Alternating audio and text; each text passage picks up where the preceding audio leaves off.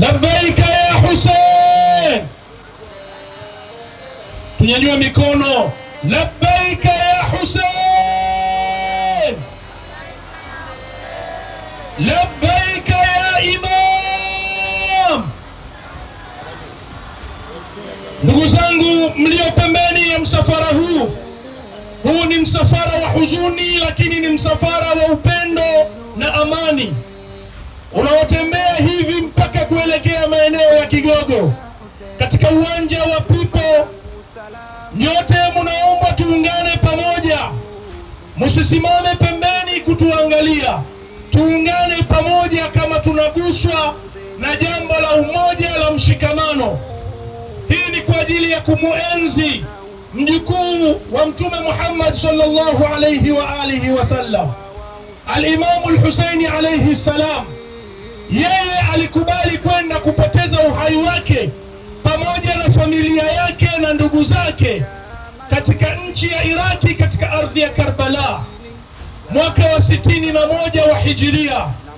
Hivyo basi sisi kwa umoja huu tuliokuwa nao tumeungana kwa pamoja kwa ajili ya kumuenzi na kukumbuka mauaji mabaya, mauaji ya kimbari, mauaji ya uonevu ya watoto wadogo, wakina mama, wazee, pamoja na al-Imam al-Husaini yaliyowakuta katika ardhi ya Karbala.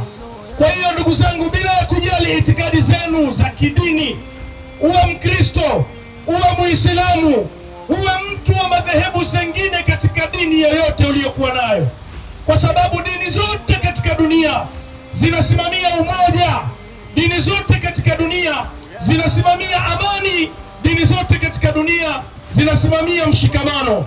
Na sisi lengo letu tunaonyesha umoja, tunaonyesha mshikamano. Tuungane kwa pamoja katika matembezi haya, tuelekee katika viwanja vya Pipo Kigogo kwa ajili ya kwenda kusikiliza historia kubwa, historia ya mtukufu wa daraja al-Imam al-Husaini alayhi salam. Labbaika ya Hussein, labbaika ya Hussein, labbaika ya Hussein.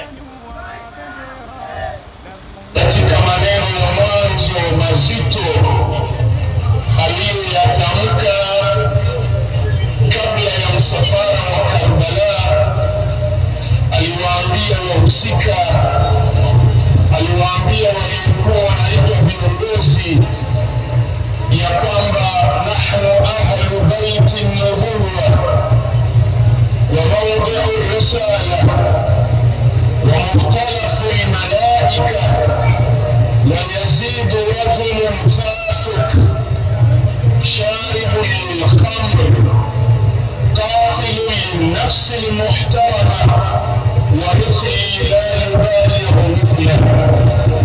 Maneno ya Imam al-Husain aliyoyatamka mwanzo yalikuwa na ishara kwamba jamii iliyokuwepo ni jamii ambayo utu na wanadamu umekosekana, utu na wanadamu umesambaratika katika jamii hiyo.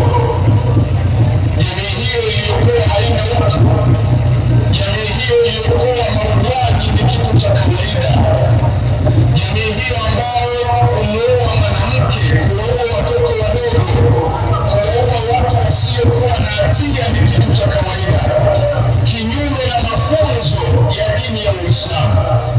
Moja katika mambo muhimu aliyouawa kwa ajili yake al-Imam al-Husain, mtoto wa Mtume na mjukuu wa Mtume, ni kupigania kitu kinachoitwa utu, ni kupigania kitu kinachoitwa wanadamu. Na mimi naamini leo dunia na Afrika na sisi hapa Tanzania, moja katika mambo ya kuyaenzi na kuyakumbuka ni jambo la utu katika jamii yetu. Labbaika ya Hussein. Abu Abdullah al-Husain katika mambo aliyoyatamka kabla ya msafara wake wa Karbala, alitamka akisema wazi wazi, ala tarawna anna al-haqqa la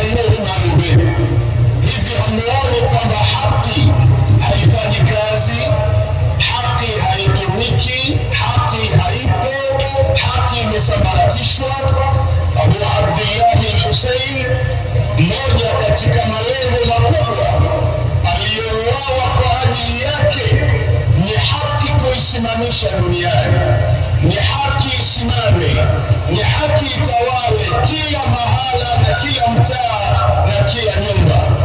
Matembezi haya ya amani yaliyogubikwa na huzuni na weusi ni kwa sababu ya kuenzi mazuri ya mjukuu wa Mtume Muhammad, mazuri ya mtoto wa Mtume Muhammad, makubwa ya sahaba katika masahaba wa Mtume Muhammad.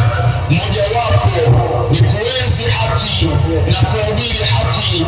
Labbaika ya Hussein.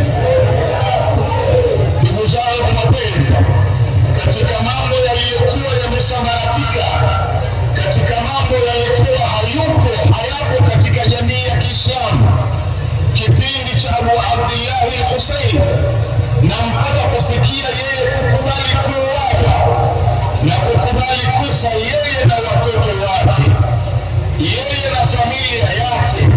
Moja katika mambo muhimu aliyoyapigania ulikuwa ni umoja wa Waislamu umesambaratika, na ishara ya hiyo ni kuuawa sahaba wa Mtume mbele za Waislamu wako, ni kuuawa mtoto wa Mtume mbele za macho ya Waislamu, ishara ya kwamba umoja na mgawanyiko ulikuwa umesambaratika katika jamii ya Kiislamu. Huseini akatoka auawe ili Waislamu wawe kitu kimoja, ili Waislamu wawe ni ndugu mmoja, ili Waislamu wajitambue wao ni kitu kimoja, ni dini moja. Matembezi haya ya amani, matembezi haya yaliyogubikwa ni huzuni na nyeusi kwa ajili ya Hussein, moja ni katika kuhuisha, ni katika kuboresha, ni katika kukumbusha umma wa Kiislamu, lakini umma wa Kitanzania umuhimu wa umoja wetu kama Waislamu, Mashia, Masuni, Maibadhi na madhehebu nyingine zote. Sisi sote ni kitu kimoja. Hussein ameuawa kwa ajili ya umoja huo. Labbaika ya Hussein. Katika mambo ambayo yalikuwa yamesambaratika, yalikuwa hayapo kipindi cha Abi Abdillah Hussein, yakapelekea atoke auawe kwa ajili yake, ulikuwa umoja wa wanadamu haupo, umoja wa watu ulikuwa haupo. Kwa lugha nyingine, umoja wa kitaifa ulikuwa umesambaratika. Waislamu na wasiokuwa Waislamu, umoja wao ulikuwa umeathirika. Waislamu na wasiokuwa Waislamu walikuwa hawawezi kukaa tena meza moja kama walivyokaa, kama ilivyokuwa Madina, kama ilivyokuwa Maka, ambapo Waislamu, Wakristo, Mayahudi na watu wa dini tofauti walikuwa wakikaa meza moja. Abu Abdillah al-Hussein, sahaba wa Mtume Muhammad, mjukuu wa Mtume Muhammad, moja ya malengo yake ya kutoka na kukubali kuuawa ni kurudisha umoja wa kitaifa. Kama kuna jambo kubwa la kulienzi sisi kama Watanzania, hakuna kama umoja wetu wa kitaifa. Tumetoka kwa ajili ya kutoa darasa hilo na kufunza jambo hilo na kulikumbusha jambo hilo na kulihuisha jambo hilo ambalo Hussein ameuawa kwa ajili yake. Labbaika ya Hussein. La tano na la mwisho, kama kuna jambo ambalo lilikuwa limepotea, ilikuwa ni mshikamano. Hayo yalikuwa yamesambaratika hayapo. Dini ya Uislamu ni dini ya amani. Mtume Muhammad sallallahu alayhi wa alihi wasallam amefunza amani, amefunza utulivu na mshikamano. Tendo la kuuawa Hussein na kuuawa watoto wake, tendo la kuuawa sahaba wa Mtume, mjukuu wa Mtume, kipenzi cha Mtume, ni ishara kwamba amani ilikuwa imetoweka, utulivu ulikuwa umesambaratika. Matembezi haya ya amani, moja ya darasa na moja ya shiao na moja ya funzo tunayotaka kuikita katika jamii ya Watanzania ni umuhimu wa amani, ni umuhimu mshikamano, na hayo ndio aliyouawa Husaini kwa ajili yake. Labbaika ya Husain, labbaika ya Husain, labbaika ya Husain.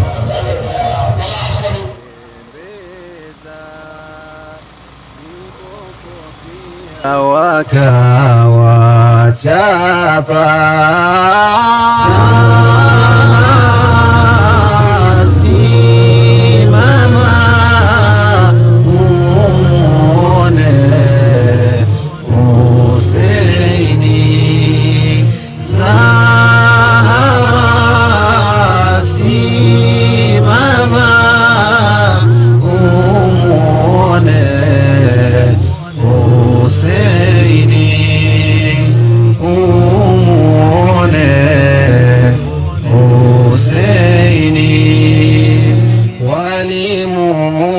bila huruma, kila silaha ikamwingia.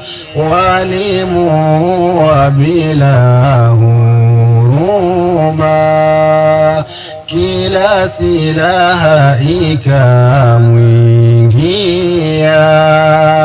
Mishale, mikuki na panga, vyote hivi vilimwingia.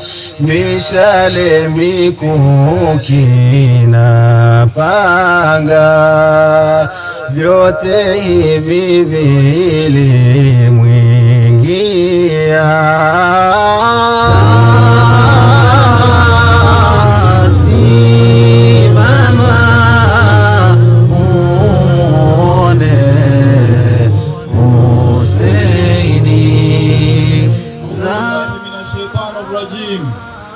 Bismillahirrahmanirrahim. Assalamu alayka ya Aba Abdillah wa ala al-arwah allati hallat bi fina'ik. Assalamu ala al-Husayn wa ala Ali ibn al-Husayn wa ala ashabi al-Husayn alladhina badhalu muhajahum duna al-Husayn alayhi salam. Ndugu zangu, assalamu alaikum wa rahmatullahi ta'ala wa barakatuh. Tukisoma tukio la Karbala, tukio la kuuawa al-Imam al-Husayn, tukio la kuuawa mjukuu wa Bwana Mtume Muhammad sallallahu alayhi wa alihi wasallam. Mjukuu wa Bwana Mtume aliuawa mauaji ya kinyama. Mjukuu wa Bwana Mtume aliuawa mauaji yasiyokuwa ya kibinadamu, lakini alipobakia mwenyewe akasema, hal min nasirin yansuruna, je, kuna mtu yoyote ambaye anaweza akatunusuru? Leo sisi ya Aba Abdillah tuko pamoja na wewe. Yale maneno yako uliokuwa ukiyaita hal min nasirin yansuruna, leo sisi tuko hapa ayuhal imam, tunakunusuru. Leo sisi tuko hapa ayuhal imam, tunachukua na tunaeneza kile ulichokisimamia. Tunakwambia leo wote kwa pamoja, labbaika ya Hussein, labbaika ya Hussein, labbaika ya Hussein. Hakika ayuhal imam, ulitoka kwa ajili ya kuitetea dini ya Uislamu, dini ambayo ilifikia hatua ya kwamba watu hawajui baina ya dhulma na haki ni nini, sehemu ambapo palifikia watu wanaoitwa ni Waislamu walikuwa hawana ule Uislamu wa Bwana Mtume Muhammad. Mjukuu wa Bwana Mtume al-Imam al-Husaini akatoka kuwaambia umma, kuiambia dunia ya kwamba Uislamu wa Bwana Mtume ni upi, Uislamu unaondoka, Uislamu ni upi, unatakiwa ufanyiwe kazi, unatakiwa usimame. Leo tunakuambia ayuhal imam, kama ulivyokataa ukubali bai'a ya Yazid, ulivyokataa ukapinga kwa sababu ilikuwa ni dhulma, ukasema haihata minna dhilla. Leo ayuhal imam, tuko pamoja na wewe, haihata minna dhilla, haihata minna dhilla, haihata minna dhilla.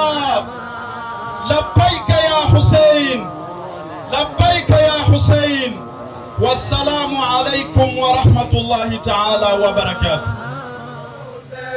أنا مقتول حسين اگرز خنجر خون ریز لبیتش نبه بمرو نسارم اگرز تیغ شکافن در این عرضه خونی جگرم اگرز تیرس شعبه بدهند و به وزشی گلان و سمرم اگرز داغ برو در شکند خسم ستمگر کمرم قتيل العبرة أسير الكربة قتيل العبرة أسير الكربة وهل تكتب زانية في الطف بحبر ودوام أبدا فالحزن لا يكتب إلا بدموع جارية أنا مظلوم حسين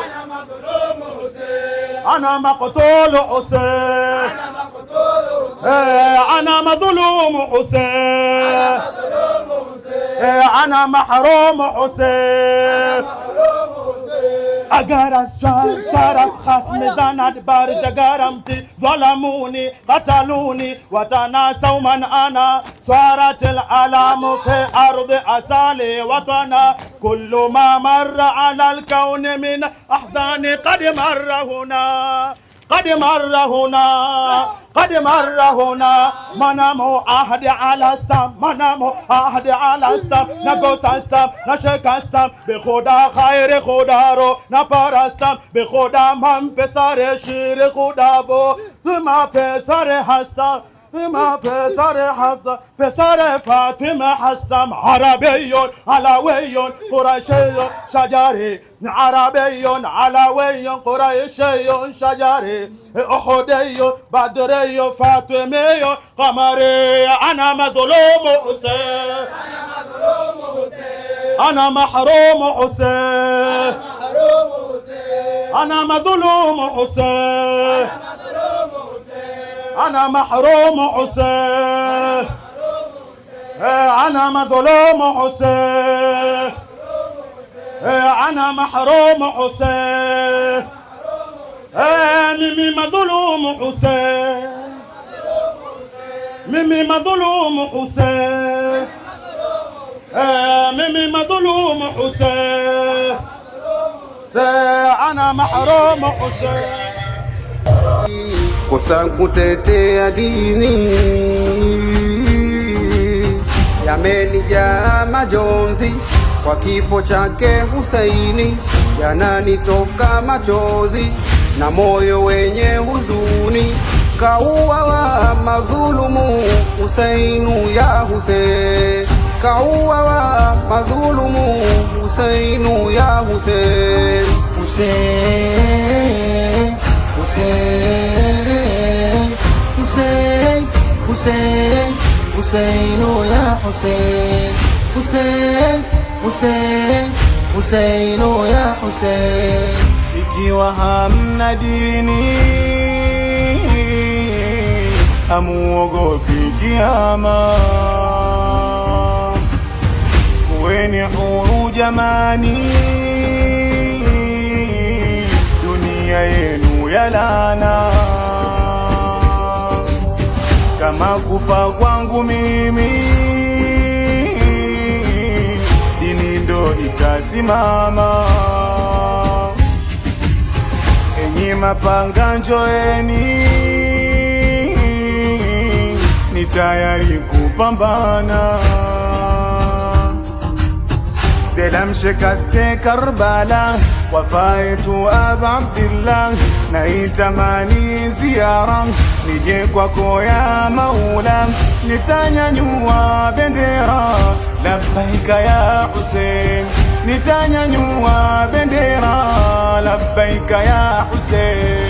Hussein Hussein Hussein Hussein Husainu ya Husain Husain Husain Husainu ya Husain. Akabaki ya Husaini na kitoto mkononi, akauliza Husaini,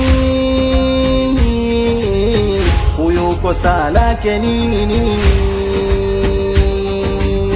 Mbona mdogo jamani, huruma yenu jamani.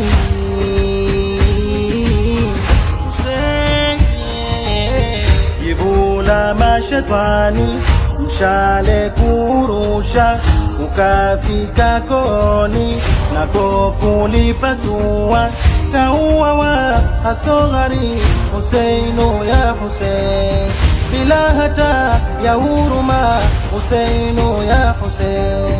Shiaruna sayabqa Huseinu ya Husein, tutanyanyua. Waina alma ya rawah, jibul ma, siwezi kuvumilia, mimi ndo nimebakia kuweza kusaidia mtume wake dhuria, vilio na visikia, nafsi yanisuta pia. Ishafika zamu yangu ya maji kuwaletea, ishafika zamu yangu ya maji kuwaletea, ishafika zamu yangu ya maji kuwaletea, ishafika zamu yangu ya maji kuwaletea. Siwezi kuvumilia, mimi nimebakia kuweza kusaidia mtume wake dhuria, vilio na visikia, nafsi yangu yanisuta, mimi ndo nimebakia. Ishafika zamu yangu ya maji kuwaletea, ishafika zamu yangu ya maji kuwaletea, ishafika zamu yangu ya maji kuwaletea. Ya rawah jibul ma, ya rawah waina alma. Bismillahir Rahmanir Rahim. Wa Tanzania wenzangu, assalamu alaikum wa rahmatullahi ta'ala wa barakatuh. Matembezi haya ya amani mnayoyaona, huzuni hii mnayoiona kwenye nyuso zetu, weusi huu mnaouona, ni kwa ajili ya kukumbuka kifo cha mmoja katika maswahaba wakubwa wa Mtume Muhammad. Ni matembezi ya kukumbuka kifo cha mjukuu wa Mtume Muhammad, mtoto wa Mtume Muhammad, al-Imam al-Husayn au Sayyiduna al-Husayn alayhi salam. Lakini kubwa zaidi, kwa nini bwana mkubwa huyu akumbukwe kila mwaka zaidi ya miaka 1400 iliyopita? Ni kwa sababu ya meseji yake ambayo ameuawa kwa ajili yake, ni kwa sababu ya ujumbe ambao ulimfanya auawe bwana mkubwa huyu kwa ajili yake. Nitataja mambo matano kwa haraka haraka. Jambo la kwanza ni utu na ubinadamu. Kipindi cha al-Imam al-Husayn ni jambo likuwa limekosekana katika jamii, na ndiyo maana mpaka ikafikia mahala mtoto wa mtume, mjukuu wa mtume, swahaba wa mtume akauawa mbele za watu, na watoto wake wakauawa, wakakamatwa mateka. Ni ishara ya kwamba utu na ubinadamu ulikuwa umesambaratika. Naamini ya kwamba leo dunia na sisi hapa katika nchi yetu ya Tanzania kuenzi utu na kunyanyua sauti kwa ajili ya utu ni jambo kubwa na muhimu. Lakini jambo la pili ambalo lilikuwa limesambaratika kwenye kipindi cha al-Imam al-Husayn alayhi salam ni jambo la haki. Mwenyewe anasema ala tarawna anna al-haqqa la yu'malu bi, hivi yamuoni mbona haki haitendeki, mbona haki haifanyiki? Kama kuna jambo ambalo kuna haja ya kuikumbusha dunia ni jambo la haki kutawala katika sekta zetu tofauti na katika mambo yetu ya kila siku. Kwa hivyo Abu Abdullah al-Husayn, moja ya meseji yake kubwa ilikuwa ni jambo la haki. Lakini jambo la tatu ambalo ni muhimu, umoja wa Waislamu kipindi cha al-Imam al-Husayn ulikuwa umekosekana, na ndiyo maana akauawa swahaba ya mtume mbele ya macho ya umma wa Kiislamu. Leo tukitoka barabarani, moja ya meseji muhimu ya kuisambaza, ya kuieneza mbele ya umma ni jambo la umoja kati ya Waislamu. Masuni, Mashia, Maibadhi na madhehebu nyingine zote umefikia muda ya wao kuwa kitu kimoja. Kutoka kwetu barabarani ni ishara ya kuenzi umoja ambao al-Imam al-Husayn ameuenzi. Lakini jambo la nne muhimu, kipindi cha al-Imam al-Husayn umoja wa kitaifa, umoja wa watu wote ulikuwa umesambaratika. Tumeona historia ya Uislamu. Wakati wa Makka, Mtume aliishi pamoja na Mayahudi pamoja na Wakristo na watu wa dini tofauti, lakini kipindi cha Hussein umoja wa kitaifa, umoja wa dini zote ulikuwa umesambaratika. Kama kuna jambo la kulienzi leo sisi katika Tanzania yetu na katika nchi yetu, hakuna kama vile umoja wa kitaifa, kukaa vizuri na kukaa kwa pamoja kama watu wenye nchi moja, wenye taifa moja. Lakini la mwisho, mauaji ya al-Imam al-Hussein, sahaba wa Mtume na mjukuu wa Mtume, ni ishara ya kwamba amani, utulivu na mshikamano vilikuwa vimekosekana. Leo tukitoka barabarani kumuenzi al-Imam al-Hussein ni kuenzi amani, ni kuenzi umoja, ni kuenzi mshikamano. Nadhania dunia pamoja na Tanzania yetu, miongoni mwa mambo inayoyahitajia mno ni amani, umoja na mshikamano. Namwomba Mwenyezi Mungu Subhanahu wa Ta'ala, kwa baraka ya damu iliyomwagika katika ardhi ya Karbala, iwe ni sababu ya amani ya Tanzania, ya umoja wa Tanzania na mshikamano wa Tanzania. Na namwomba Mwenyezi Mungu Subhanahu wa Ta'ala, wanaotusimamia, viongozi wetu ambao ndiyo sababu ya umoja huu na amani hii na mshikamano huu tuliokuwa nao, basi Mungu awape nguvu, hasa Daktari Samia Suluhu Hassan, kiongozi wetu wa nchi ambaye ndiye amekamata bango la amani. Poleni sana kwa msiba mzito wa al-Imam al-Hussein. Inna lillah wa inna ilayhi raji'un. Asanteni sana. Bismillahirrahmanirrahim. The message of Imam Hussein alayhi salam is important for all human beings because he stood up for the cause of justice. The great leaders of the world such as Mahatma Gandhi and Nelson Mandela, they said that Imam Hussein inspired us to sacrifice for the cause of justice. So today all human beings who want to speak against tyranny, oppression, for them Imam Hussein is the role model. Imam Hussein teaches us that when you speak for the cause of justice, it doesn't matter how big the enemy is. If your cause is good and if you're fighting and if you're standing up for the cause of justice, and Allah subhanahu wa ta'ala, Allah will help you. And he said, Hayhat minna zilla means that if there is a tyrant who wants to give you death, and you have two options, whether you die for the cause of justice or live under a tyrant. He said, living under a tyrant is the life which is undignified. And Imam Hussein said that I would prefer a dignified life than live the life of zillat against a tyrant. So today he inspires us to stand up for the cause of justice wherever we are, whoever we are. So Imam Hussein inspires all human beings, whether you're Muslims, whether you're non-Muslims, Christians, everybody is inspired by the message of Imam Hussein. And this slogan of Labbaik Ya Hussein is that today as well, in the fight of good and evil, we stand with the good and we are ready to sacrifice everything for the cause of justice and against the evil of the time. Shurika na kuandamana, kuonesha umoja wetu, kuonesha kwamba kila siku haki inakuwa iko juu, lazima haki inatengana na batili. Kwa tunakumbusha kila mwaka hivyo hivyo, na unapokuwa kwenye haki, basi Mwenyezi Mungu naye anakusaidia. Mtaona kwamba wenzetu wa Irani walikuwa wafuasi Mashia na wao vile vile wanaomboleza, lakini wakasimama kupinga uzalimu, kupinga kukandamizwa, na Mungu akawasaidia mpaka wakawa washindi. Sasa na sisi wa Tanzania tunatakiwa tuwe hivyo hivyo, tusikubali kukandamizwa wala tusikubali kutishiwa. Tukisimama na Mungu atakuwa na sisi. Kwa hiyo nasema kitu kikubwa kabisa duniani ni amani. Na waomba wa Tanzania kwamba tusije tukapoteza amani kutokana na tamaa za watu wengine kuja kutafuta uongozi kwa nguvu. Uongozi unaandikwa na Mwenyezi Mungu, na Mwenyezi Mungu anapotaka ndio utapokuja kuwa kiongozi, lakini ukitafanya kwa nguvu utakuja kwa kiongozi kama Idi Amin, kama Bokassa, badala ya kuwalinda watu wako utakuwa unaua watu wako. Kwa hiyo message ya leo ni amani. Kila siku tujaribu kuwe na amani ili tuweze tukapata maendeleo. Leo tumekusanyika hapa na tupo katika maandamano haya ya amani. Lengo na madhumuni ni kufikisha ujumbe wa Imam Hussein alayhi salam.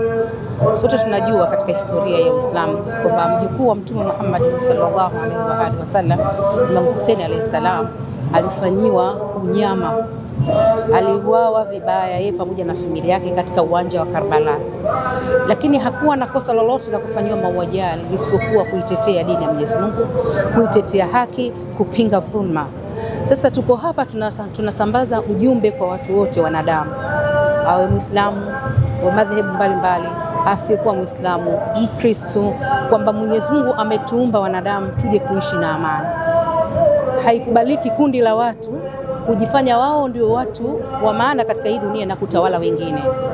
Na vyovyote utakavyoona kama wewe Muislamu dini yako inaharibiwa, dini yako inachezewa, basi simama imara bila ya kuogopa chochote, kwa sababu wewe umekuja katika hii dunia kwa ajili ya kumtumikia Mungu, na moja ya kazi yako ni kuitetea dini ya Mwenyezi Mungu Subhanahu wa Ta'ala.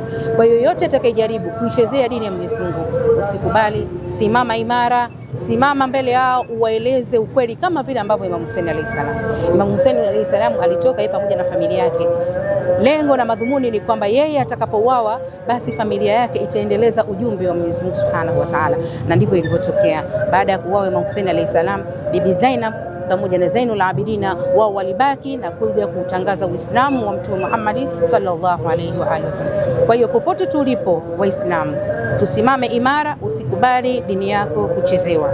Jukumu lako ni kuitetea na kuilinda dini ya Mwenyezi Mungu Subhanahu wa Ta'ala. Na mkuki kisasi nitalipiza kwa upanga na mkuki, ishafika zamu yangu ya maji kuwaletea, ishafika zamu yangu, ishafika zamu yangu ya maji kuwaletea, ishafika zamu yangu ya maji kuwaletea, ishafika zamu yangu ya maji kuwaletea. Ya Rawa jibul ma, ya Rawa wain al ma, ya Rawa jibul ma, ya Rawa jibul ma. Bendera inapepea katika mgongo wangu, bendera inapepea katika mgongo wangu, yenye haki kutetea maelekezo ya Mungu, yenye haki kutetea maelekezo ya Mungu, yenye haki kutetea maelekezo ya Mungu, maelekezo ya Mungu, yenye haki kutetea maelekezo ya Mungu. Tena nitaelezea moyoni nina machungu, tena nitaelezea moyoni nina machungu, tena nitaelezea moyoni nina machungu, tena nitaelezea moyoni nina machungu.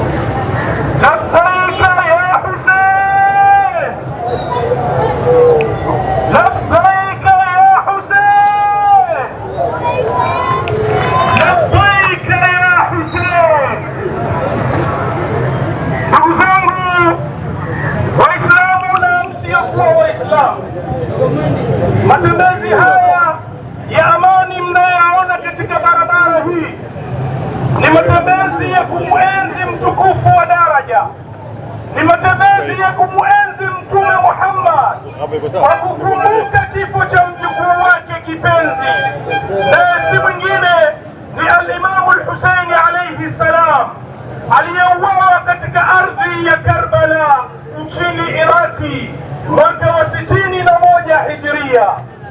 Ndugu zangu Waislamu na msiokuwa Waislamu, al-Imam Hussein alayhi salam alikubali kuuawa katika ardhi ya Iraki ili iende ikawa ishara, ili iende ikawa dalili, ili iende ikawa muonekano wa kufanya umoja, amani na mshikamano ni vitu vyenye kudumu katika dunia tuliyokuwa nayo.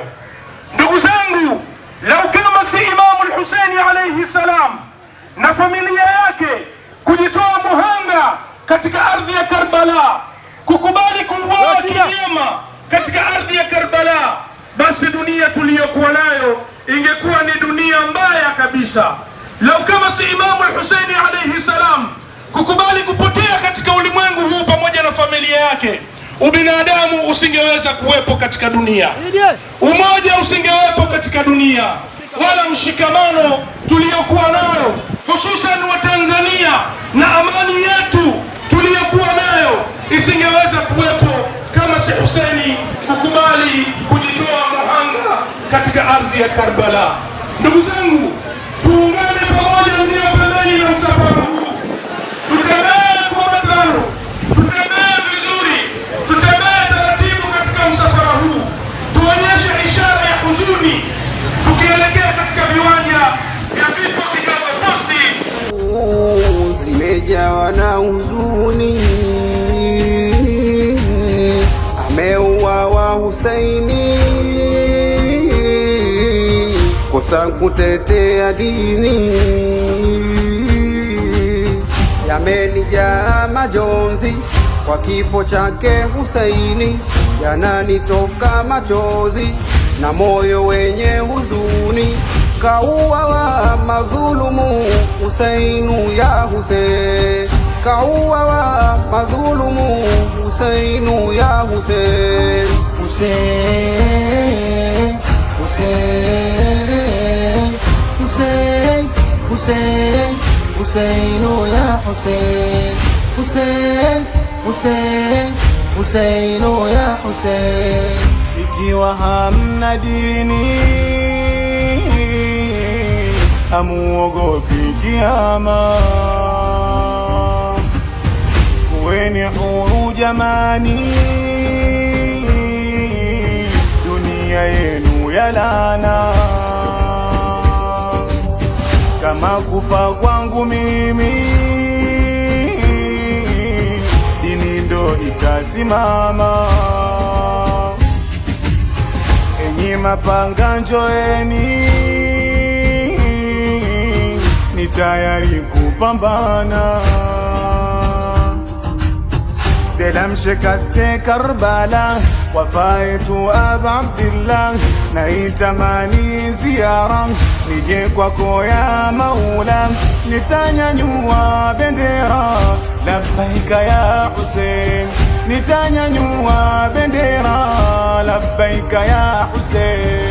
Husain, Husain, Husain, Husain, Husainu ya Husain, Husain, Husain, Husainu ya Husain. Akabaki ya Husaini na kitoto mkononi, akauliza Husaini, huyu kosa lake nini? Mbona mdogo jamani, huruma yenu jamani. Husaini, jibu la mashetani, mshale kurusha ukafika koni, nako kulipasua. Kauawa asghari Husainu ya Husain, bila hata ya huruma Husainu ya Husain. Shiaruna sayabqa Husainu ya Husain, tutanyanyua bendera labbaika ya Husain, tutanyanyua bendera labbaika ya Husain.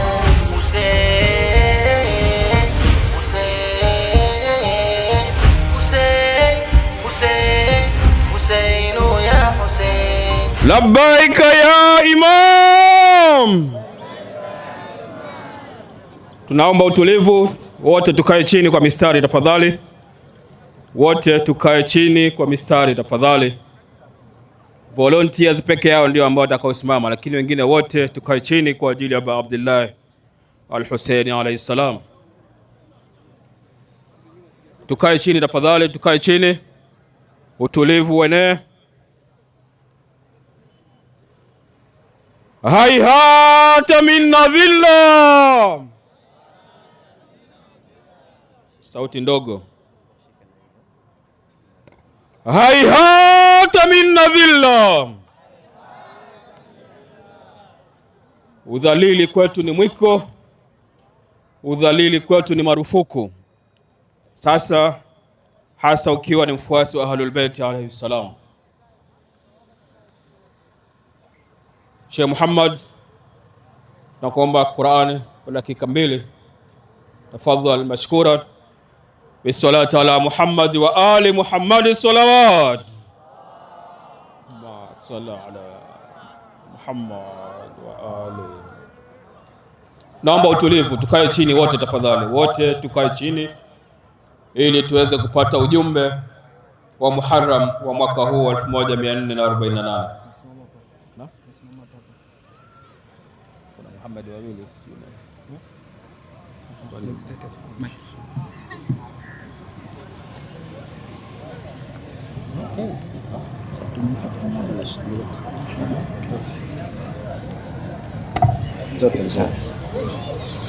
أعوذ بالله من الشيطان الرجيم.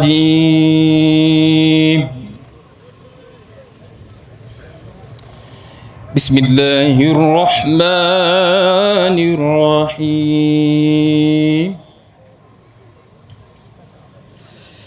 إن للمتقين مفازا حدائق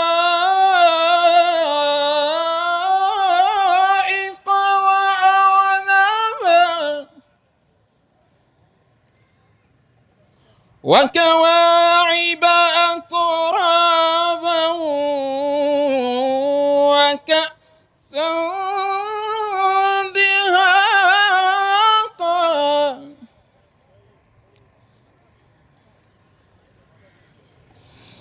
لا يسمعون فيها لغوا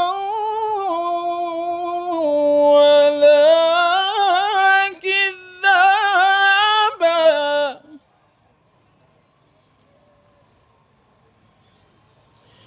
جزاء من ربك عطاء حسابا.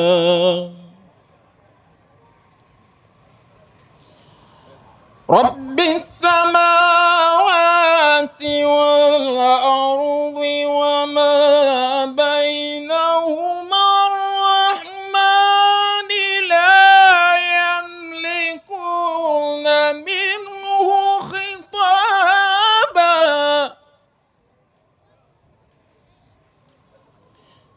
يوم يقوم الروح والملائكة صفا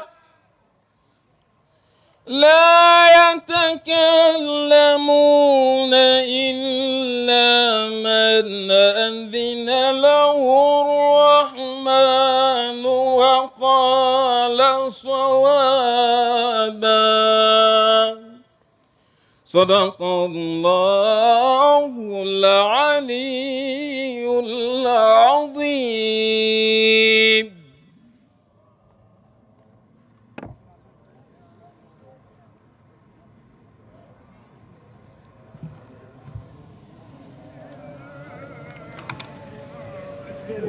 لبيك يا حسين.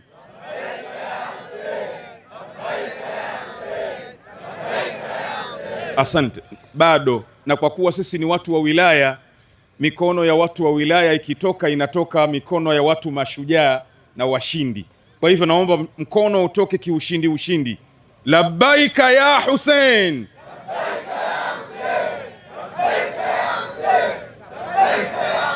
Bismillahir Rahmanir Rahim. Alhamdulillahi Rabbil Alamin. Alhamdulillahi nahmaduhu wa nasta'inuhu wa nastaghfiruh wa na'udhu billahi min shururi anfusina wa sayyiati a'malina.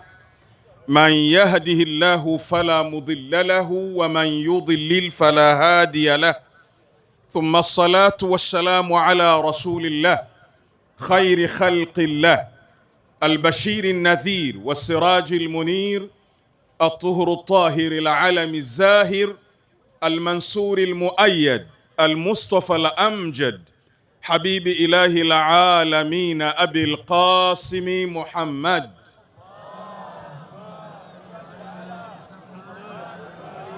وعلى أهل بيته الطيبين الطاهرين وأصحابه المنتجبين. وبعد، أيها الأحبة، أحييكم بتحية الإسلام المباركة.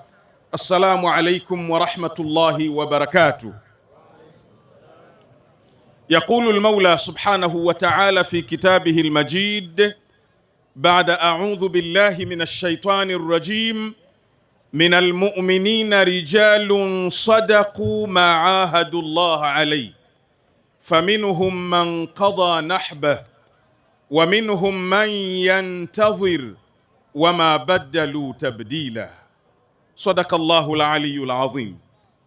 من المؤمنين رجال, miongoni mwa waumin kuna wanaume, miongoni mwa walimwengu kuna watu ambao yale aliyoyataka Mwenyezi Mungu yatendwe wameyafanya kisawasawa. Wengine wameshatangulia mbele za haki, lakini wako wengine bado wamebakia na wako katika misimamo kwamba wataisimamia dini ya Mungu na mafunzo ya Mungu na mafunzo ya Mtume Muhammad watayasimamia. Hawako tayari kubadilisha chochote. Ndugu zangu wapendwa, matembezi haya ya amani ya mwaka 1448 wa Hijiria, kikao hiki baada ya matembezi haya ya kumkumbuka mjukuu wa Mtume Muhammad na mtoto wa Mtume Muhammad na sahaba mkubwa wa Mtume Muhammad, kuna mengi ambayo ni muhimu ya kuyaenzi, kuna mengi ambayo ni muhimu ya kuyakumbuka. Lakini katika hayo makubwa ya kuyakumbuka na kumuenzi Abi Abdillahi al-Husayn na aliyotoka kwa ajili yake, moja lilikuwa ni jambo la utu, moja lilikuwa ni jambo la uwanadamu. Utu kipindi cha al-Imam al-Husayn ulikuwa umesambaratika, uwanadamu ulikuwa haupo, utu ulikuwa umekatika na kupotea moja kwa moja. Ndugu zangu wapendwa, matembezi haya ya al-Imam al-Husayn, moja ya jambo la kukumbukwa nalo na ambalo ni muhimu mno, leo dunia inalihitajia, wanadamu wanalihitajia na Watanzania wanalihitajia, ni jambo la utu na wanadamu. Abi Abdillahi al-Husayn aliwatamkia moja kwa moja akiwaambia ya kwamba yazidu rajulun fasiq sharibun lilkhamr qatilun linnafsi almuhtarama, ishara ya kwamba mauaji ya kimbari yalikuwa ni kitu cha kawaida kipindi cha al-Imam al-Husayn, ishara ya kwamba mauaji ya watoto yametokea na tumeyaona kipindi cha al-Imam al-Husayn. Nadhania leo dunia kwa yanayojiri ulimwenguni katika ardhi ya Gaza na katika ardhi ya Palestina na yaliyojiri katika nchi ya Irani ya kuuawa watoto wasiokuwa na hatia, nadhania hayo yote yanahitajia leo kunyanyua sauti kumwambia Aba Abdillahi al-Husayn kwamba mafunzo yako ya utu tutaendelea kuyatangaza duniani mpaka dunia ione mauaji ni kitu kibaya, ni hatari na ni jambo halifai. Labbaika ya Husayn.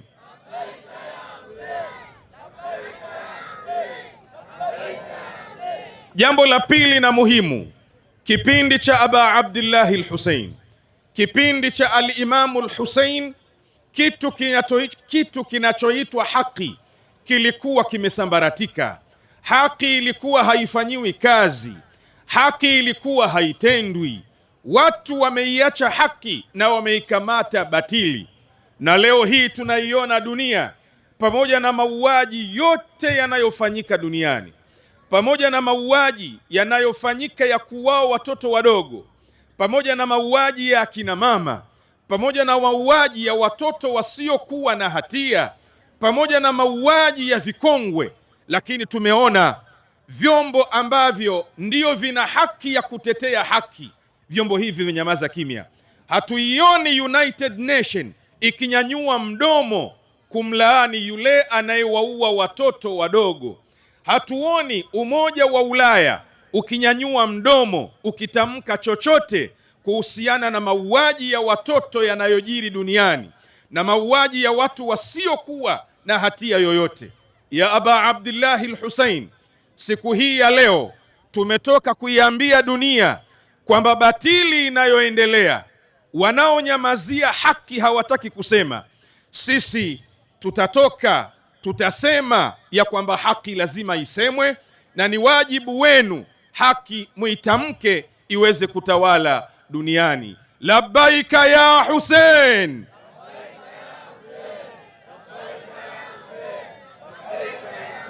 Lakini jambo la tatu muhimu, kipindi cha Aba Abdullah al-Hussein ambaye alikuwa ni swahaba wa Mtume, alikuwa ni imamu ambaye uimamu wake ni kwa nasi ya Mtume, alikuwa ni kiongozi. Pamoja na hayo yote, Husaini huyu wameweza kuuawa, ishara ya kwamba kipindi cha Mtume umoja wa Waislamu ulikuwa umesambaratika, umoja wa watu imani moja ulikuwa haupo, na ndiyo maana ikafikia mahala swahaba akauawa, baba wa masharifu akauawa, kiongozi wa Waislamu akauawa. Lau kungekuwa na umoja wa Waislamu, Husaini asingeweza kuuawa katika ardhi ya Karbala. Leo hii tumetoka kuenzi kuuawa kwa Husaini kwa ajili ya umoja. Waislamu wapambane kuendelea kitu kimoja. Majina tuliyokuwa nayo, huyu ni Sunni, huyu ni Shia, huyu ni Ibadhi, huyu ni Twarika, haya ni majina yaliyoletwa na wanadamu. Haya ni majina samaitumuha antum wa abaukum, bali jina lenu ni moja, nalo ni Waislamu.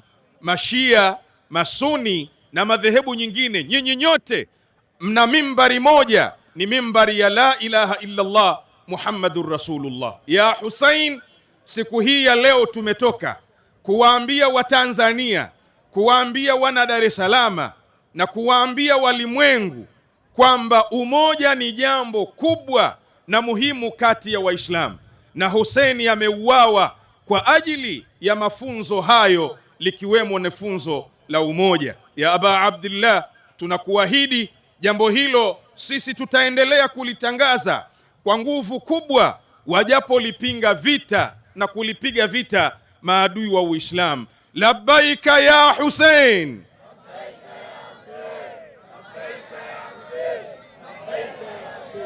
Jambo la nne, ndugu zangu wapendwa, kipindi cha al-Imam al-Hussein zilikuwepo dini tofauti, lakini dini hizi hazikuwa na umoja, hazikuwa na mshikamano. Kila mmoja alikuwa na dini yake na hana habari na mwenzake. Ni kinyume na mafunzo ya Mtume Muhammad. Tumemuona Mtume sallallahu alayhi wa ale katika mji wa Makka na katika mji wa Madina, amekaa pamoja na watu wa dini zote, amekaa pamoja na Waislamu wenzake, amekaa pamoja na Wakristo, amekaa pamoja na Mayahudi, bali alikaa pamoja na watu wa dini tofauti na watu wanaoabudu masanamu. Husaini ibn Ali, moja ya misheni yake, moja ya risala yake muhimu ni umoja wa dini zote, ni umoja wa kitaifa. Na mimi ninaamini sisi katika nchi yetu hii ya Tanzania, kama kuna jambo muhimu na kuna jambo kubwa la kulienzi na la kulipigania, hakuna kama umoja wa dini zote tulizokuwa nazo hapa Tanzania.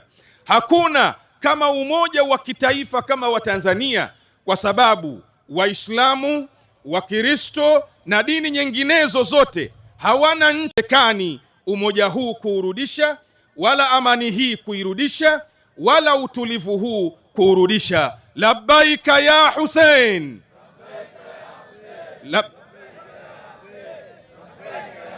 Hayhata minna dhilla.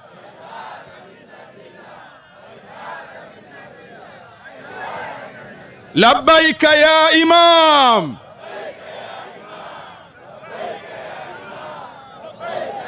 Wal afwa minkum, wassalamu alaikum wa rahmatullahi wa barakatuh, wa 'azzama Allahu ujurakum.